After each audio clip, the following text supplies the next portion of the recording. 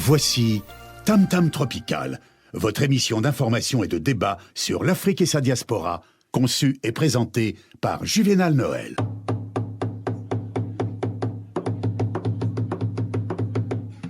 Plusieurs siècles avant la création du télégraphe, au cœur de la forêt équatoriale d'Afrique, les populations communiquaient déjà à distance, grâce au tam-tam. En un temps record, des messages étaient relayés dans plusieurs contrées. Tam Tam Tropical, l'Afrique chez vous, chaque mardi de 19h à 20h sur Radio Pluriel.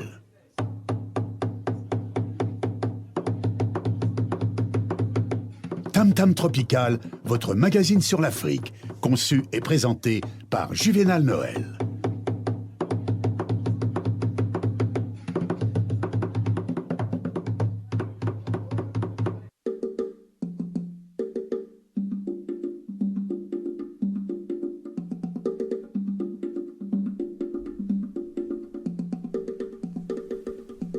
Mesdames, Messieurs, bonsoir. Nous allons directement en Centrafrique où la Cour constitutionnelle a proclamé ce mardi Archange Touadéra vainqueur du second tour de l'élection présidentielle. C'est donc le nouveau chef de l'État de la République centrafricaine. Il a obtenu 72,71% des voix contre 37,29% pour Anissé Georges Dole-Guélé. Une femme qui défie le président Mugabe. Au Zimbabwe, l'ancienne vice-présidente du Zimbabwe, Joyce Mujuru, a créé son parti politique. Le parti du Zimbabwe People First, Peuple du Zimbabwe d'abord, a été officiellement lancé ce mardi dans la capitale Harare. Toujours au Burundi, dans la recherche de la paix, 3 experts mandatés par l'ONU pour enquêter sur des violations des droits de l'homme ont commencé leur travail. Ils doivent rester sur place jusqu'au 8 mars et ils vont présenter leurs résultats le 21 mars prochain. Voilà pour le sommaire. Nous reviendrons tout à l'heure sur l'élection Miss Cameroun Diaspora en page culture.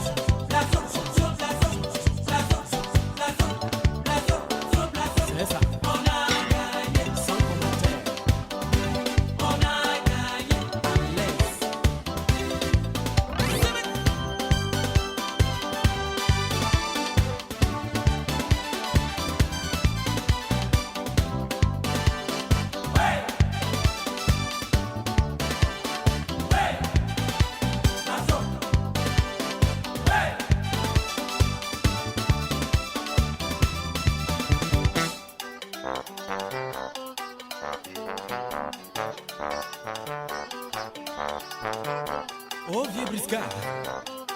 Et.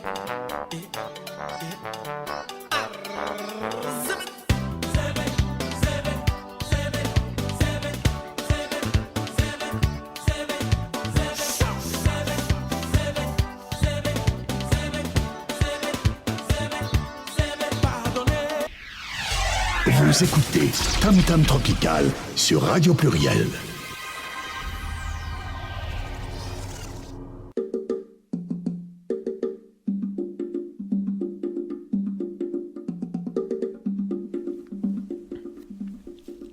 Mesdames, Messieurs, bonsoir. Nous sommes ensemble pour une cinquantaine de minutes d'informations et de débats sur l'Afrique et sa diaspora. Soyez les bienvenus. Nous allons directement en Centrafrique où le nom du nouveau président a été donné ce jour.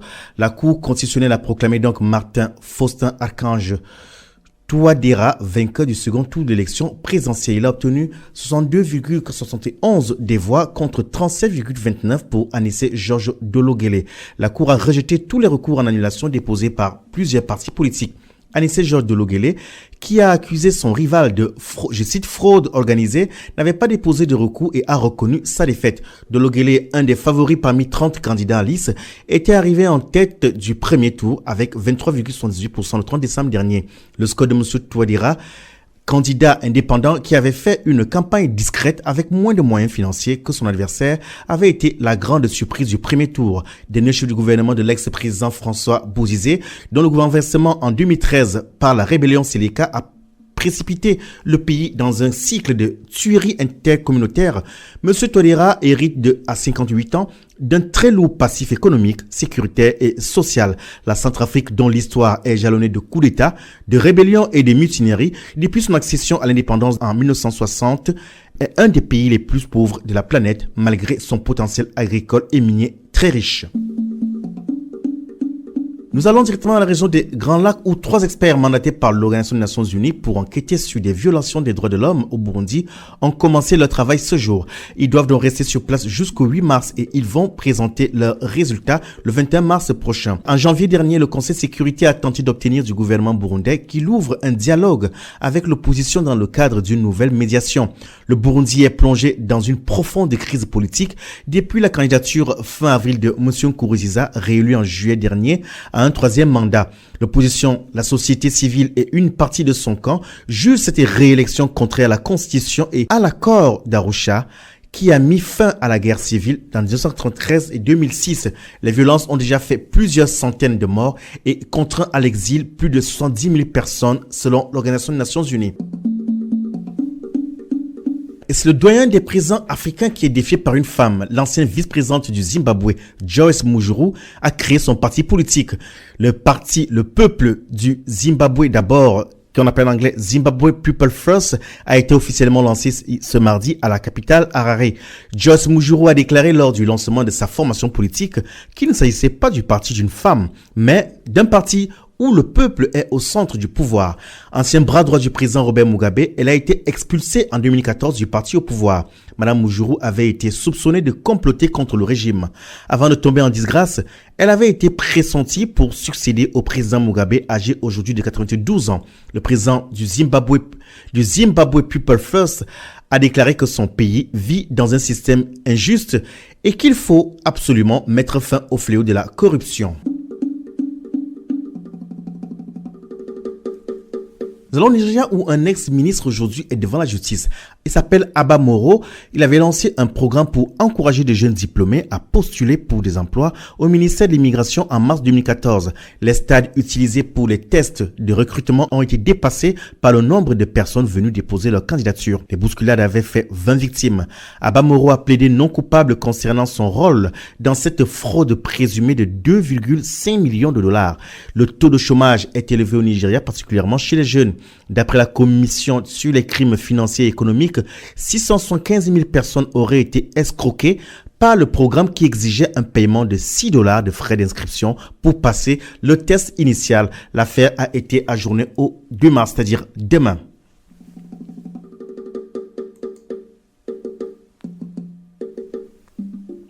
Restons au Nigeria où la fille enlevée a été retrouvée. Les recherches avaient débuté dimanche dernier après la publication d'un article sur l'enlèvement présumé de la jeune fille, ce qui avait déclenché une vague de mobilisation sur les réseaux sociaux pour sa libération. Il y a eu plus de 50 000 tweets utilisant le mot-clé Free S, soit libéré S, depuis dimanche pour inciter les autorités à sauver l'adolescente rapidement. D'après sa famille, elle avait été enlevée dans l'état de Bayelsa, dans le sud du pays, en août dernier par un homme qui l'avait forcée à se convertir à l'islam avant de l'épouser dans la ville de Kano, dans le nord du Nigeria. Mais l'homme nie avoir agi contre la volonté de l'adolescente. Le ravisseur présumé est un des clients de longue date de la mère d'Es qui vend de la nourriture.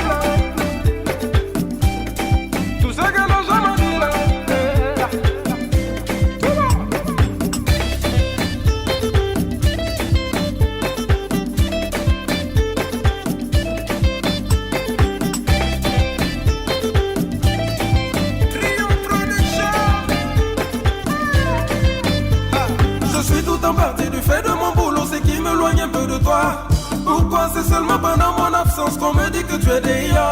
Et comment se fait-il que même étant avec toi c'est le même rapport? Ma prunelle, je n'écoute pas les ondits, c'est toi que j'ai choisi, ma lady.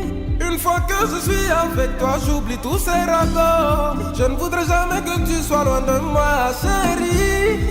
I like the way you shake your body on me, my coco. J'aime que tu revis tout ce que Dieu t'a donné. Moudades, come on, tell me moudades. Moudades, baby, come on, tell me moudades. Moudades, come on, tell me moudades. Moudades, baby, come on, tell me moudades.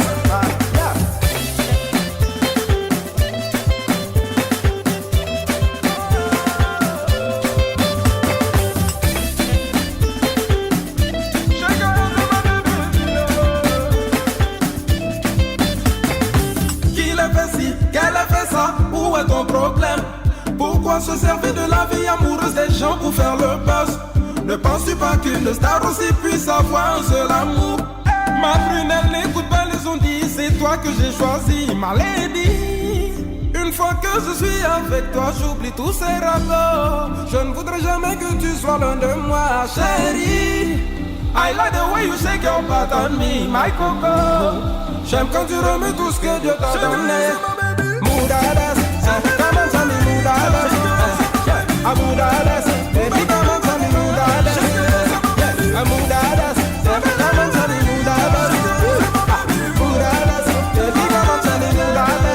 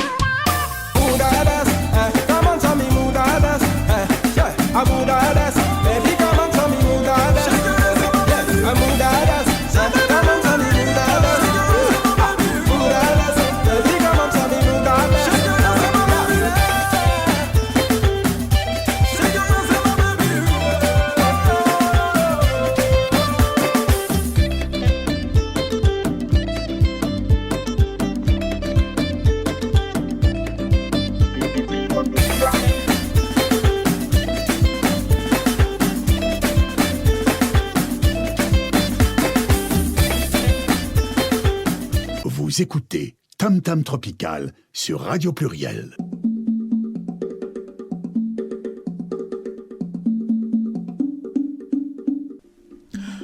Nous allons sur la côte est de l'Afrique, c'est en Somalie. Au moins 30 personnes ont été tuées et une soixantaine blessées dans un double attentat à la bombe dimanche dernier à Baidoa, dans le sud-ouest de la Somalie, revendiqué par les militants islamistes Al-Shabaab. Le chiffre officiel est de 30 morts, tous des civils, et 61 autres personnes ont été blessées, dont 15 grièvement, a indiqué Abdou Rachid Abdoulaye, gouverneur de la province de Baye. Une voiture piégée a explosé devant un restaurant populaire d'un quartier fréquenté de la capitale régionale située à environ 200 km au nord-ouest de Mogadiscio.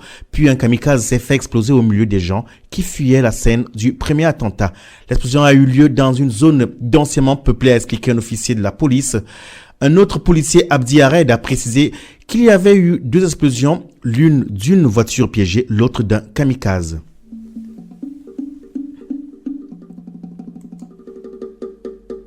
Au Niger, l'élection présidentielle nigérienne ne se solde par un duel. D'un côté, le président sortant Mahamadou Issoufou, de l'autre, Hama Amadou, incarcéré depuis novembre dernier pour une affaire de trafic d'enfants ou pour des motifs politiques selon les versions.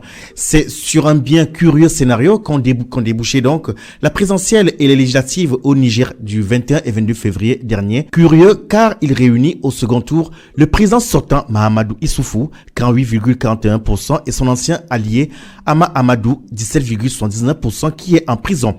Rappelons donc que l'ancien Premier ministre, âgé de 66 ans, est en effet incarcéré depuis novembre dans le cadre d'un dossier de droit commun selon les autorités. Une affaire controversée de trafic d'enfants et un complot politique selon ses partisans.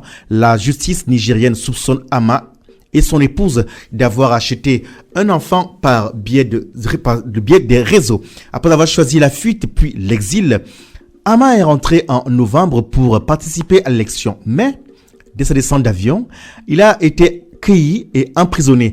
L'ancien Premier ministre a suivi la campagne de ses partisans depuis sa prison de Filingué, à 180 km au nord de Niamey. Une victoire de Mahamadou Issoufou dans ces conditions serait un triomphe sans gloire, écrit nos confrères du journal burkinabé Le Pays.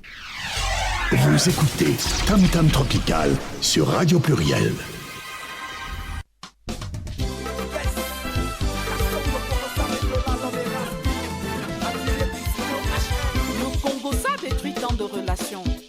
Mon frère, ma sœur, arrêtons de subir. Combattons le Congo-ça avec le Lalor. C'est parti. Une pensée particulière à ma maman chérie. Maman Odile, la mère de tout le monde, celle qui a tant fait pour les gens. Ah oui, c'est une femme de cœur.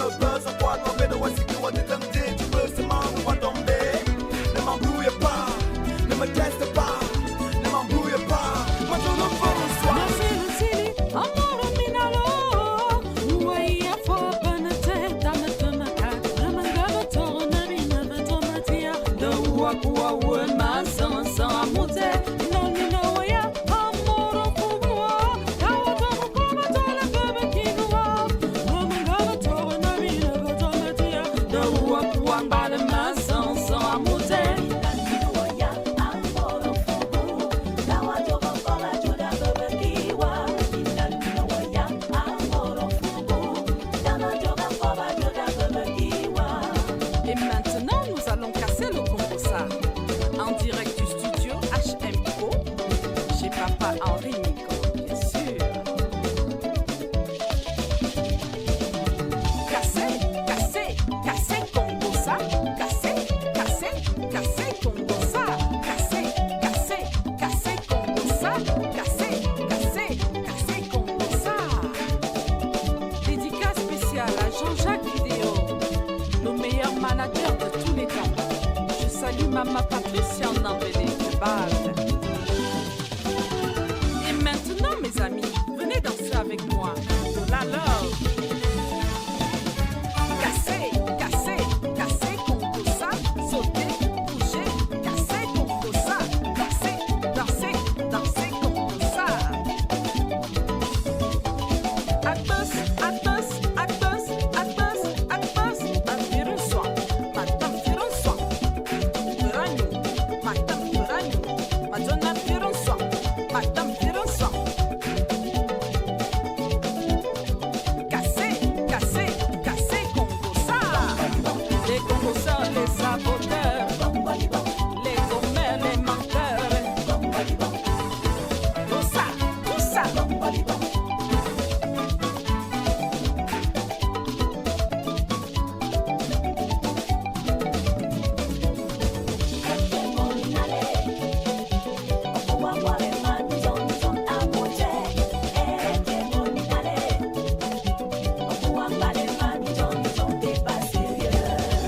Dans la vie, cherche trouve.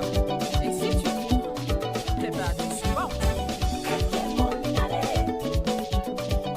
Participez à l'émission Tam Tam Tropical. Appelez le 04 78 21 05 95. 04 78 21 05 95. Retour sur la 91.5 de Radio Pluriel, nous émettons depuis la ville de Saint-Priest, c'est dans l'agglomération lyonnaise. Mesdames, Messieurs, bonsoir. Si vous nous joignez seulement à nous qu'à ce moment, nous sommes ensemble depuis à peu près une quarantaine de minutes. Avant Lola Love, on parlait donc du Niger où le deuxième tour de l'élection présidentielle est annoncé.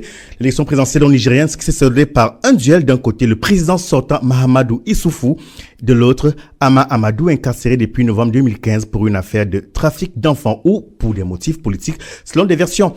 Nous avons le privilège d'être en ligne ce soir avec le docteur Abdoulaye Diallo. Bonsoir. Oui, bonsoir. Merci d'avoir accepté de nous apporter votre éclairage. Pour ceux qui ne vous connaissent pas, vous êtes journaliste aujourd'hui. Vous avez eu à occuper de très hautes fonctions aussi politiques. Quel regard portez-vous donc sur le premier tour d'élection qui s'est déroulé au Niger? Bon, merci beaucoup. D'abord, je suis aussi un politologue, c'est vrai.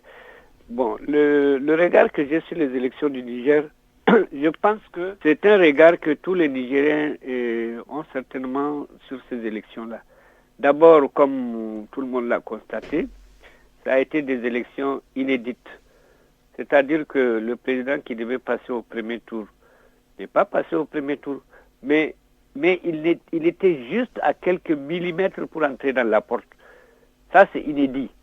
Parce qu'au Niger, jamais un parti tout seul, ou bien au premier tour, un parti est passé. Tout seul ou avec même avec des alliés. Donc, comme c'est ça qui est inédit. Et maintenant, lui, il a eu 49,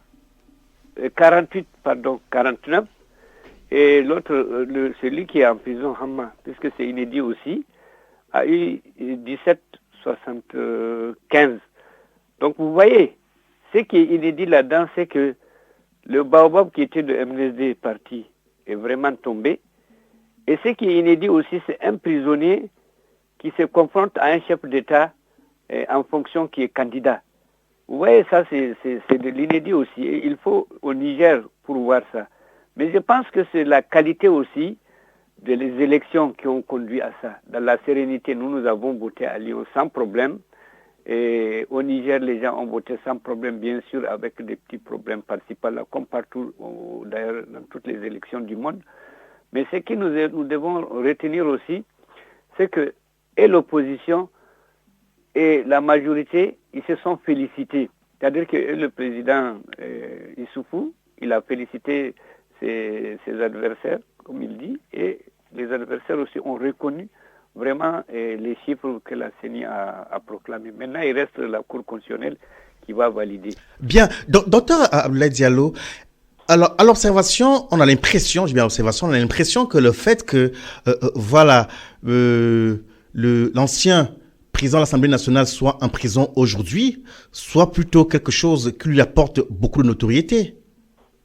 Oui, tout à fait, parce que c'est de l'inédit. Parce que le président de la République Issoufou, c'est lui qui avait dit qu'il allait passer au premier tour et que c'est inédit. Donc moi-même j'ai dit, une fois dans une intervention quelque part, j'ai dit c'est de l'inédit au Niger quand on voit que le prisonnier est celui qui est autorisé à se présenter aux élections. C'est du jamais vu, c'est de l'inédit. Maintenant, ce qu'il faut, c'est que le deuxième tour, il y a les reports qui sont en train de se faire, mais officiellement nous ne les avons pas. Nous avons entendu que tel parti s'est rallié au président de la République, ou bien tel parti va se rallier à la COPA, c'est-à-dire à l'opposition. Dans tous les cas de figure, nous attendons, puisque les élections auront lieu le 20 mars, et ils ont, je crois, 3 semaines pour faire la campagne. En tout cas, le Nigérien qui est citoyen a gagné, le Nigérien électeur est fier de lui, et nous sommes fiers de ce que nous sommes et de notre pays. Et je crois que, comme d'habitude, nous donnons toujours un exemple quelque part, parce que les conférences nationales, les différents coups d'État, les transitions, les alliances, on les a tous eus au Niger, et aujourd'hui, Dieu merci, nous avons quand même effectué des élections transparentes, comment dirais-je, crédibles, et démocratiques, si on veut le dire, si on ajoute le mot démocratique. Je crois que c'est une chance pour notre pays et certainement un exemple pour l'Afrique. Hama Amadou est aujourd'hui en prison, en détention préventive, il faut le préciser. Et pour ceux qui penchent pour la thèse complotiste, cela aurait été préjudiciable pour les résultats, mais tout au contraire. Cela lui permet aujourd'hui de passer au deuxième tour. Est-ce qu'on peut craindre que sa notoriété puisse encore s'accroître davantage pour le deuxième tour, la présidentielle? Oui, vous savez, tout ceci est entre les mains des Nigériens. Ce sont les Nigériens qui vont peut-être le proclamer président au deuxième tour. Dans tous les cas de figure, il sortira. S'il n'est pas élu, il sera aussi le chef de l'opposition. Mais moi, la question que je suis en train de me poser moi-même, peut-être à laquelle vous pourrez m'apporter une réponse ou non, c'est que le jour des élections et que si le président Issoufou est élu, quel est l'adversaire qui va aller lui serrer la main pour le féliciter au moment de son investiture ou bien juste quand il sera élu au deuxième tour. Justement. C'est une question que nous nous posons, mais je crois que on va laisser ça à l'État du Niger, on va laisser ça au temps, on verra comment ils vont se faire parce que, vous savez, des situations rocambolesques comme celle-ci, on n'en a jamais vu, en tout cas chez nous, et je pense ailleurs, mais je crois que c'est quand même quelque chose à observer de si près. C'est une curiosité que nous allons tous observer, nous allons regarder pour voir ce qui va se passer. Docteur Abdoulaye Diallo, alors à votre avis, comment les choses pourraient donc se dessiner? Bon, les choses se dessineront toujours comme on me l'a demandé un jour, selon la volonté du citoyen. C'est-à-dire? Ça, c'est la première des choses. C'est-à-dire que quand il y aura parce que sa campagne, il l'a fait à travers son directeur de campagne. Bien entendu. Bon, il fait ses messages à travers son directeur de campagne. Il a une équipe, oui. Oui, une équipe, et qui véhicule son message. Maintenant, ce qui veut dire qu'au moins, la leçon à tirer, c'est que rien n'est gagné d'avance. On ne peut jamais vendre la peau de l'ours avant de l'avoir tué, ni un poisson dans l'eau. Ça, c'est une leçon que nous allons tous retenir. Bon, et quelque part, il faut dire aussi que chez nous, en Afrique, il y a Dieu, comme on dit, qui décide aussi. Je m'excuse de le dire dans cette interview, mais même en faisant de la politologie, en faisant de la science politique, on sait que Dieu existe. Donc c'est pour dire qu'il faut beaucoup faire attention. Ce qui va se passer, c'est que Issoufou, s'il est réélu, il fera beaucoup attention. Il se dira que ce pouvoir-là, je ne l'ai pas obtenu facilement. Parce que le premier coup KO n'a pas réussi. C'est déjà, c'est déjà un succès pour l'opposition et surtout pour le prisonnier qui est le deuxième, qui est arrivé au deuxième oui. au premier tour. Vous voyez, moi je crois que nous tous nous observons ça avec des yeux hagards parce qu'on n'a jamais vu ça. On est en train d'avancer et je crois que les choses vont certainement se bien dessiner parce que si le président est élu, eh bien, le prisonnier sera le deuxième personnage politique du pays. La première personne de l'opposition, la première oui. personnalité de l'opposition, donc le deuxième personnage politique. Ah, vous voyez, moi je crois que c'est comme ça que ça va se dessiner. Maintenant, ce qu'il fera, Dieu seul sait ce qu'il fera, mais en tout cas, une chose est certaine, c'est que le Niger est en train de donner un exemple atypique, puisque lui, il dit inédit, ce qu'on n'a jamais vu. Bon, espérons que ça va accoucher d'une montagne au lieu d'une souris. Merci beaucoup. Merci beaucoup, docteur Abdoulaye Diallo, pour votre disponibilité. C'est vrai qu'on vous a un tout petit peu surpris pour nous faire cette analyse. Alors, pour ceux qui ne vous connaissent pas, vous êtes éminent journaliste, vous êtes même politologue. En tout cas, merci à vous aussi de m'avoir offert le micro pour que je puisse m'exprimer. Vous écoutez Tam Tam Tropical sur Radio Pluriel.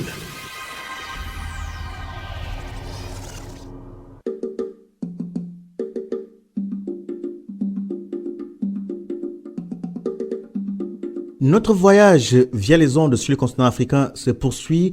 Nous allons en Afrique centrale où le président gabonais Ali Bongo Ondimba a annoncé donc hier lundi sa candidature à la prochaine élection présidentielle dans son pays sans grande surprise. Il a fait part de sa volonté de briguer les suffrages à Nzuri, le fief de son principal challenger, Jean Ping, au cours d'une cérémonie d'inauguration d'un pont. Il dit, je cite, « Je vous annonce ma candidature à l'élection présidentielle de cette année », a déclaré sur l'État gabonais entouré d'ouvriers sur un pont en construction auquel était accrochée une banderole proclamant « Changeons ensemble ». Espérons qu'il y aura un réel changement.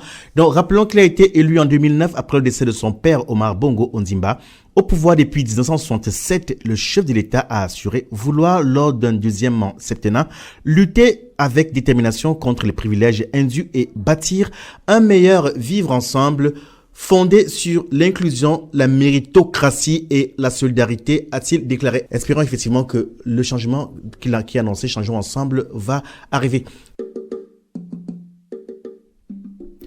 Notre magazine arrive donc à son terme. On vous en rappelle les principales informations. Le nouveau président élu de Centrafrique est donc connu. Il s'appelle Faustin Archange Touadéra. Il a été vainqueur au second tour de l'élection présidentielle avec 62,71% des voix contre 37,29% pour Anissé Georges Dologuélé.